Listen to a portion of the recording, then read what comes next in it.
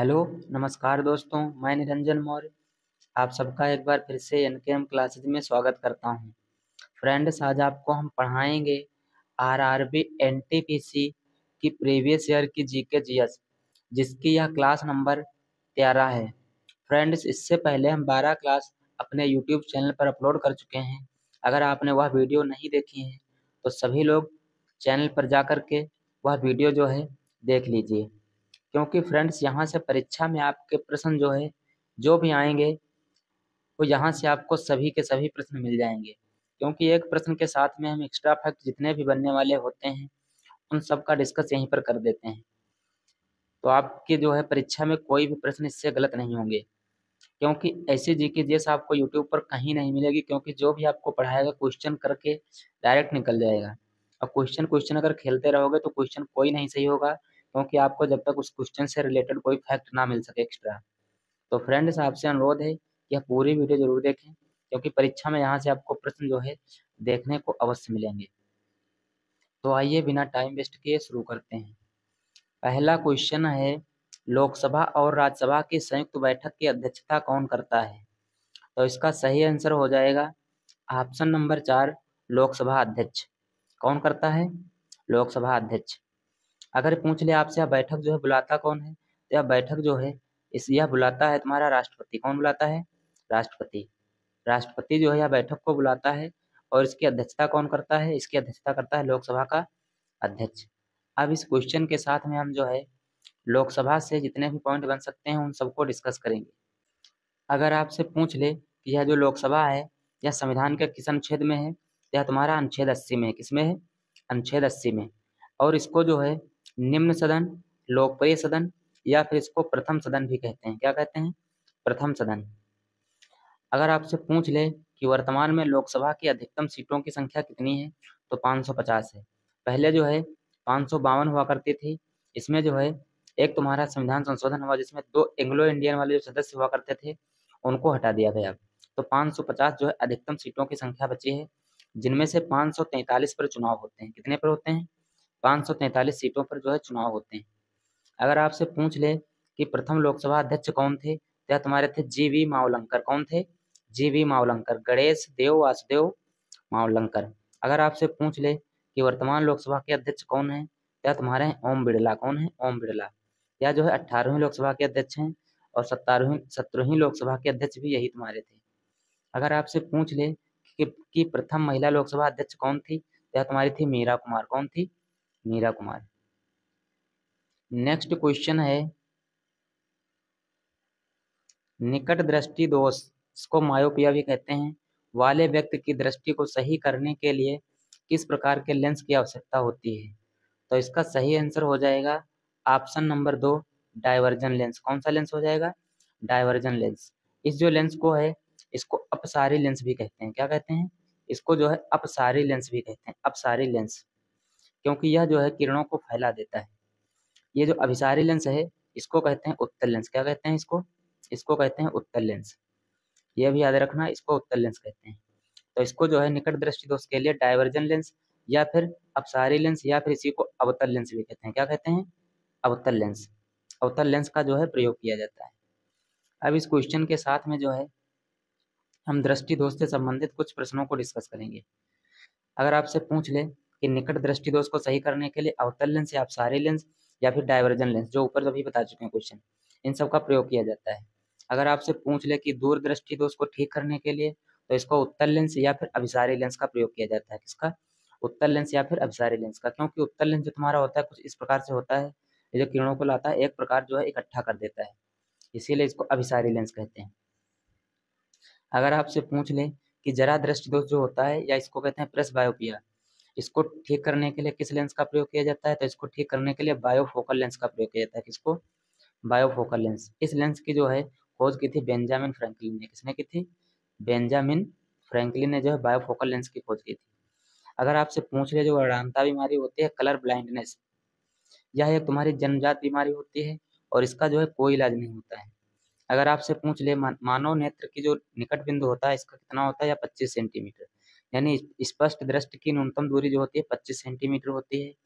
किसी वस्तु को स्पष्ट देखने के लिए कम से कम नेत्र से जो है 25 सेंटीमीटर की दूरी पर वस्तु को रखना होता है। अगर आपसे पूछ ले कि मानव नेत्र का दूर बिंदु कितना होता है, तो यह अनंत होता है। कितना होता है? अनंत। यानी मनुष्य जो है अनंत तक जो है किसी चीज को स्पष्ट तरीके से देख सकता है। नेक्स्ट क्वेश्चन है, निम्नलिखित में से कौन सा एक यूनेस्को का विश्व धरोहर स्थल नहीं है? तो इसका सही आंसर हो जाएगा ऑप्शन नंबर 2, जंतर मंतर नई दिल्ली। ये जो है यूनेस्को का विश्व धरोहर स्थल नहीं है। बाकी तुम्हारा जो अजंता की गुफाएं औरंगाबाद महाराष्ट्र में है, यह भी विश्व धरोहर में शामिल है। रानी की वाव पाटन गुजरात में, ये भी शामिल है। और सूर्य मंदिर कोणार्क ओडिशा, ये भी तुम्हारा जो है यूनेस्को में शामिल है। अब इस क्वेश्चन के साथ में यूनेस्को से जितने भी महत्वपूर्ण बिंदु बन सकते हैं उन सबको डिस्कस करेंगे, ताकि परीक्षा में आपके कोई भी प्रश्न जो है यहाँ से गलत ना हो पाए। अगर आपसे पूछ ले यूनेस्को, अगर इसकी फुल फॉर्म पूछ ले तो इसकी फुल फॉर्म होती है United Nations Educational Scientific and Cultural Organization. अगर आपसे पूछ ले कि इसकी स्थापना कब हुई थी, तो इसकी स्थापना हुई थी 16 नवंबर 1945 को। कब हुई थी?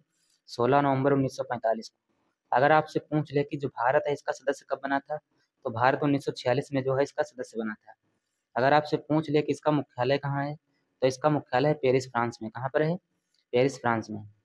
अगर आपसे ये भी पूछ सकता है कि भारत की वर्तमान में जो यूनेस्को में विश्व धरोहर सूची है उसमें कुल कितने स्थान शामिल हैं, स्थल शामिल हैं, तो उसमें कुल जो है 43 स्थल शामिल हैं। कितने? 43 स्थल शामिल हैं। अगर आपसे पूछ ले कि सर्वाधिक स्थल जो है किस देश के शामिल हैं, तो तुम्हारे इटली के शामिल हैं। कहाँ के शामिल हैं? इटली के। आपसे पूछ सकता है कि भारत में जो है यूनेस्को में शामिल होने का सिलसिला जो है कब से चालू हुआ था, तो तुम्हारा भारत में पहली बार 1983 में 4 स्थल शामिल हुए थे। कौन कौन से? अजंता की गुफाएं जो महाराष्ट्र में है, 1983 में शामिल हुई थी। आगरा का किला उत्तर प्रदेश में है, ये तुम्हारा 1983 में। एलोरा की गुफाएं महाराष्ट्र में, और आगरा का ताजमहल, ये चारों स्थल जो है 1983 में जो है पहली बार शामिल हुए थे। उसके बाद में अगर आपसे पूछ ले कि 43वीं विश्व धरोहर कौन है, तो तुम्हारा रामप्पा मंदिर है, तेलंगाना में। कहाँ पर? 2021 में शामिल हुआ था। इसको जो है यही तुम्हारा मंदिर जो है शामिल हुआ था। अगला है 40वीं स्थल जो है धोलावीरा, यह गुजरात में है, 2021 में शामिल हुआ था। यह जो तुम्हारा हड़प्पा कालीन स्थल है, कौन सा? यह तुम्हारा हड़प्पा कालीन स्थल है, 2021 में शामिल हुआ था। अगर 41वीं स्थल पूछ लिया आपसे, तो तुम्हारा शांति निकेतन है, पश्चिम बंगाल में, यह 2023 में शामिल हुआ था। और होयसला मंदिर या 42वीं स्थित है, 42वीं स्थल है, यह तुम्हारा कर्नाटक में है, 2023 में शामिल हुआ था। अगर आपसे पूछ ले कि 43वां स्थल कौन सा है, तो यह तुम्हारा है चराईदेव मोइदम, यह तुम्हारा असम में है, 2024 में भी शामिल हुआ है। ये 43वीं विश्व धरोहर स्थल है। एक टीला है एक प्रकार का, ये तुम्हारा शामिल हुआ है।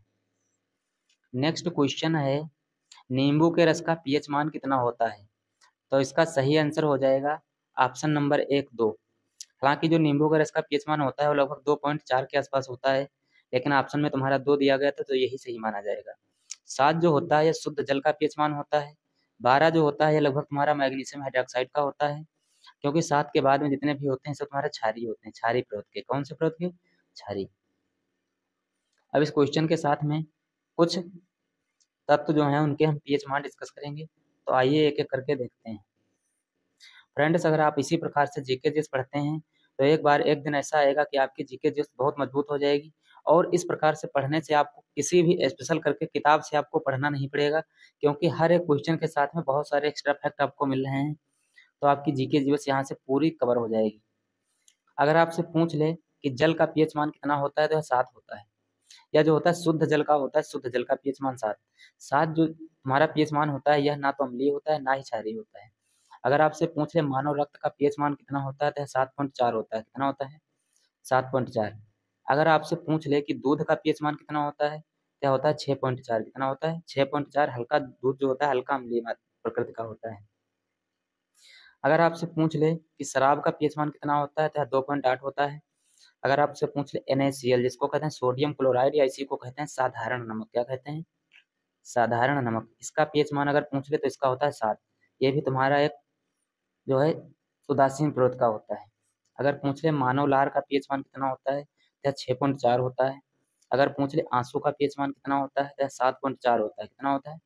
7.4। अगर आपसे पूछ ले कि सिरका का पीएच मान कितना होता है, तो 3 होता है। और HCl का pH मान 1 होता है या जो है बहुत ही अम्लीय प्रवृत्ति का होता है। अगर आपसे पूछ ले कि अम्ल वर्षा का pH मान कितना होता है तो 5.6 होता है। यह भी क्वेश्चन में पूछा जाता है कि pH मान जो है कितने से कम होने पर अम्ल वर्षा प्रारंभ हो जाती है, तो 5.6 से कम होने पर जो है अम्ल वर्षा जो है प्रारंभ हो जाती है। अगर आपसे पूछ ले कि बैटरी में जो प्रयुक्त एसिड होता है उसका pH मान कितना होता है, तो उसका भी एक होता है तुम्हारा। बैटरी में जो प्रयुक्त होता है H2SO4 प्रयुक्त होता है। कौन होता है? H2SO4, इसी को कहते हैं H2SO4, यही तुम्हारा जो है प्रयुक्त होता है। अगर आपसे पूछ ले कि कास्टिक सोडा जो होता है NaOH, सोडियम हाइड्रोक्साइड, इसका pH मान कितना होता है, तो इसका pH मान होता है 14। यह जो है बहुत ही क्षारीय प्रवृत्ति का होता है, बहुत ही क्षारीय, क्योंकि जिसका मान pH मान 14 होगा वह बहुत ही क्षारीय होगा। अगर आपसे पूछ ले मिल्क ऑफ मैग्नीशिया, जिसको कहते हैं MgOH का होल्ड ऑयल, मैग्नीशियम हाइड्रोक्साइड, इसका pH मान अगर पूछे तो होता है 10.5। इसका जो है मिल्क ऑफ मैग्नीशिया, इसको जो है एंटा एसिड के रूप में भी प्रयुक्त किया जाता है। एंटा एसिड, ठीक है, ये भी याद रखना, एंटा एसिड के रूप में प्रयुक्त होता है। नेक्स्ट क्वेश्चन है, निम्नलिखित में से कौन सा रोग, यहाँ पर लिख लो जीवाणु, जीवाणु से होता है। कौन सा रोग जो है जीवाणु से होता है, तो इसका सही आंसर हो जाएगा ऑप्शन नंबर 1, टाइफाइड। टाइफाइड रोग जो है तुम्हारा यह जीवाणु से होता है। अब इस क्वेश्चन के साथ में हम जीवाणु से होने वाले कुछ प्रमुख रोगों को डिस्कस करेंगे, तो आइए देखते हैं। तो जीवाणु से होने वाले तुम्हारे रोग जो हैं ये तुम्हारा है टिटनेस, टाइफाइड, टीबी, कुष्ठ रोग, हैजा, पेचिस, प्लेग, न्यूमोनिया, डिप्थीरिया, काली खांसी आदि। ये सब जितने भी रोग हैं तुम्हारे, ये सब होते हैं टाइप जीवाणु से होने वाले रोग। अगर आपसे पूछ ले कि प्रोटोजोआ से होने वाले रोग कौन कौन से हैं, तो यह तुम्हारे हो जाएंगे मलेरिया, पायरिया, निद्रा रोग, काला आजार। ये सब रोग जो हैं तुम्हारे प्रोटोजोआ से होने वाले रोग। नेक्स्ट क्वेश्चन है, निम्नलिखित में से कौन सा एक सुपरसोनिक क्रूज मिसाइल है, तो इसका सही आंसर हो जाएगा ऑप्शन नंबर 4, ब्रह्मोस। कौन सी है सुपरसोनिक क्रूज मिसाइल, कौन सी है? ब्रह्मोस। अगर आपसे पूछ ले जो ब्रह्मोस है इसको किन दो देशों ने मिलकर बनाया है, तो इसको जो है भारत और प्लस रूस, इसने जो है इन दो देशों ने जो है इसको मिलकर बनाया है। और इसका जो ब्रह्मोस नाम पड़ा है, भारत की एक नदी है ब्रह्मपुत्र, कौन सी? ब्रह्मपुत्र। और रूस की एक नदी है मास्कोवा, कौन सी नदी? मास्कोवा। उसी के नाम से इसका नाम पड़ा है ब्रह्मोस। ब्रह्मोस यहाँ से मास्कोवा, उसी के नाम पर इसका नाम पड़ा है ब्रह्मोस। अब इस क्वेश्चन के साथ में कुछ एक्स्ट्रा फैक्ट डिस्कस करेंगे जो आपकी परीक्षा की दृष्टि से बहुत ही महत्वपूर्ण है। अगर आपसे पूछ ले कि यह जो त्रिशूल है ये कौन सी मिसाइल है या किस प्रकार से मार करती है, तो यह तुम्हारी जो सतह से हवा में मार करने वाली मिसाइल है। कौन सी? सतह से हवा में मार करने वाली मिसाइल, यानी ये जो मिसाइल है तुम्हारी यह surface to air, surface to air वाली मिसाइल है। अगर आपसे पूछ ले पृथ्वी जो है यह सतह से सतह में मार करती है, कहाँ से? Surface to surface. अगर आपसे पूछ ले आकाश जो है यह भी तुम्हारी सतह से हवा में मार करने वाली मिसाइल है। और अगर आपसे पूछ ले अग्नि 5, यह मिसाइल जो है तुम्हारी यह सतह से सतह में मार करने वाली मिसाइल है। और यह भारत की पहली इंटर कॉन्टिनेंटल बैलिस्टिक मिसाइल भी है, यानी यह जो है अंतर महाद्वीपीय मिसाइल है। यह एक महाद्वीप से दूसरे महाद्वीप तक भी मार करने वाली मिसाइल है, क्योंकि इसकी मारक जो क्षमता है यह 5000 किलोमीटर है। कितनी है? 5000 किलोमीटर। और यह जो मिसाइल है तुम्हारी सैटेलाइट रोधी मिसाइल भी है। एक तुम्हारा नाग जो है या तुम्हारा एंटी टैंक गाइडेड मिसाइल है। कौन से? नाग। क्वेश्चन पूछता है नाग क्या है, तो तुम्हारा एंटी टैंक रोधी मिसाइल है। इसका जो है परीक्षण हुआ था पहली बार 1990 में। कब हुआ था? 1990 में। नेक्स्ट क्वेश्चन है, भारत में सांप्रदायिक चुनाव प्रणाली सबसे पहले किसके द्वारा शुरू की गई थी, तो इसका सही आंसर हो जाएगा Morley, option number 4, Morley Minto reforms 1909। तो 1909 में सबसे पहले भारत में सांप्रदायिक चुनाव प्रणाली जो है यह शुरू की गई थी। क्रिप्स मिशन 1942 में आया था। इसको जो है पोस्ट डेटेड चेक कहा गया था, पोस्ट डेटेड चेक कहा गया था इसको। बेबल प्लान 1945 में आया था। रोलेक्ट एक्ट आया था तुम्हारा 1919 में। इसको जो है रोलेक्ट एक्ट को काला काला कानून या बिना अपील, बिना वकील, बिना दलील का भी कानून कहते हैं, क्योंकि इसके तहत 3 लोगों से ज्यादा अगर कहीं पर इकट्ठा होते थे तो उनको उठा करके सीधे जेल में डाल दिया जाता था, इसीलिए इसको कहा जाता है काला कानून। नेक्स्ट क्वेश्चन है, इंटेल कोर i9 एक प्रकार का डैश, यह एक प्रकार का क्या है? तो इसका सही आंसर हो जाएगा ऑप्शन नंबर 3, या एक प्रकार का जो है प्रोसेसर है। क्या है? एक प्रकार का जो है प्रोसेसर है। नेक्स्ट क्वेश्चन है, समग्र शिक्षा स्कूली शिक्षा के लिए एक योजना है जो कितने से कितने क्लास के लिए, ये क्वेश्चन इसका है। तो इसका सही आंसर हो जाएगा ऑप्शन नंबर 4, प्री नर्सरी से कक्षा 12 तक। यह जो है समग्र शिक्षा अभियान जो है, यह तुम्हारा प्री से 12th, ठीक है, यह प्री से 12th तक तुम्हारा है, 12th तक। नेक्स्ट क्वेश्चन है, गीत गोविंद किसने लिखा है? ये जो बुक है, एक प्राचीन साहित्य की किताब है यह गीत गोविंद, इसके राइटर कौन है? तो इसका सही आंसर हो जाएगा ऑप्शन नंबर 4, जयदेव। कौन हो जाएगा? जयदेव। तो गीत गोविंद के लेखक हो जाएंगे जयदेव। अब इस क्वेश्चन के साथ में हम प्राचीन साहित्य की जितनी भी महत्वपूर्ण पुस्तकें हैं उन सबको डिस्कस करेंगे, ताकि परीक्षा में आपके कोई भी प्रश्न गलत ना हो पाए और आपको किसी अन्य सोर्स से पढ़ने की जरूरत ना पड़े। अगर आपसे पूछ ले कि यह जो अष्टधाई पुस्तक है इसके लेखक कौन है, तो इसके लेखक हैं पाणिनि। कौन है? पाणिनि। और यह जो तुम्हारी है संस्कृत की प्रथम पुस्तक भी है। संस्कृत की प्रथम पुस्तक कौन सी है? अष्टध्यायी। अगर आपसे पूछ ले कि मेघदूतम पुस्तक जो है इसके लेखक कौन है, तो इसके लेखक हैं कालिदास। कौन है? कालिदास। अगर आपसे पूछ ले कि नागानंद के लेखक कौन है, तो इसके लेखक हैं हर्षवर्धन। कौन है? हर्षवर्धन। यहीं पर अगर आपसे पूछ ले कि रत्नावली के लेखक कौन है, तो इसके भी लेखक हैं हर्षवर्धन।